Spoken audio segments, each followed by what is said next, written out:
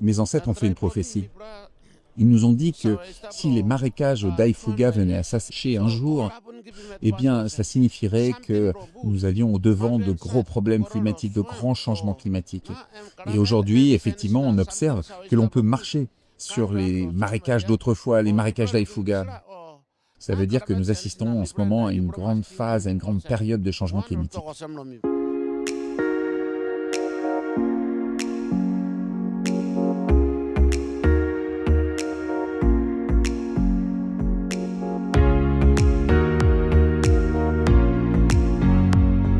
Dans mon pays, en Papouasie-Nouvelle-Guinée, les forêts primaires sont très importantes. Vous appelez ces forêts primaires, nous les appelons Irakoutetjenda.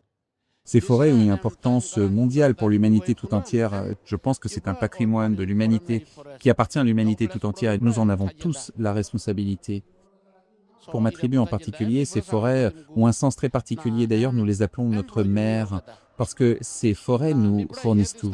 D'abord, elles nous fournissent notre pharmacopée traditionnelle, les plantes que nous utilisons pour nous soigner. Ensuite, toutes les parures que je porte proviennent de la forêt, d'éléments naturels. Et puis, c'est là aussi que nous allons cueillir des champignons, prélever de la nourriture, du bois sec. Donc, c'est à la fois une pharmacie et un hôpital, un supermarché. Pour nous, ces forêts sont vraiment essentielles pour notre survie, mais aussi pour la survie de l'humanité. Pour nous, ces forêts sont aussi notre école. Nous sommes initiés dans la forêt. C'est là que les anciens nous apprennent justement à prendre soin des forêts. Le premier conseil des anciens est de prendre soin des forêts si nous voulons continuer à vivre sur cette planète. Peut-être que quand je vous parle d'école de la forêt, vous ne comprenez pas vraiment le sens.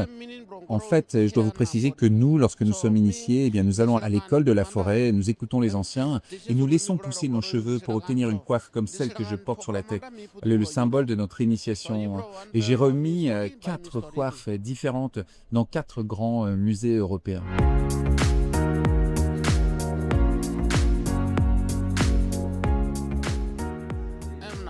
Je vais vous donner quelques exemples de l'impact du réchauffement climatique dans ma tribu, dans les hautes terres de Papouasie-Nouvelle-Guinée. D'abord, les sources d'eau potable qui viennent directement de la montagne, beaucoup d'entre elles ont tari et donc on manque vraiment d'eau. Il y a aussi des parasites qui sont venus envahir nos terres et qui rendent très difficile la culture de la patate douce, qui est la base de notre alimentation, parce qu'autrefois, ces parasites n'existaient pas, et avec le réchauffement de la terre, maintenant, ils détruisent nos cultures. Et puis, on se rend compte aussi qu'il y a un vrai changement de température, et que ça crée un stress hydrique pour les arbres. Il y a aussi des nuages qui, autrefois, venaient irriguer nos terres en apportant de l'eau pour nos cultures, qui sont de plus en plus rares.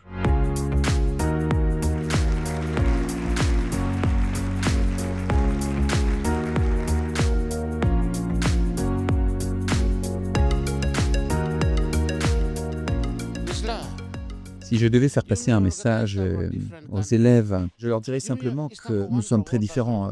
Il y a des gens avec des plumes comme moi. Moi, je viens du bout du monde, de Papouasie-Nouvelle-Guinée. Il y a des gens de toutes sortes sur cette planète. Il y a des gens en Afrique, en Asie, en France, en Europe, des gens de toutes les couleurs, de toutes les races. Effectivement, on vient de pays différents, mais nous vivons tous sur la même planète, comme si nous vivions finalement dans le même pays, et nous avons tous notre responsabilité quant à notre survie sur cette planète.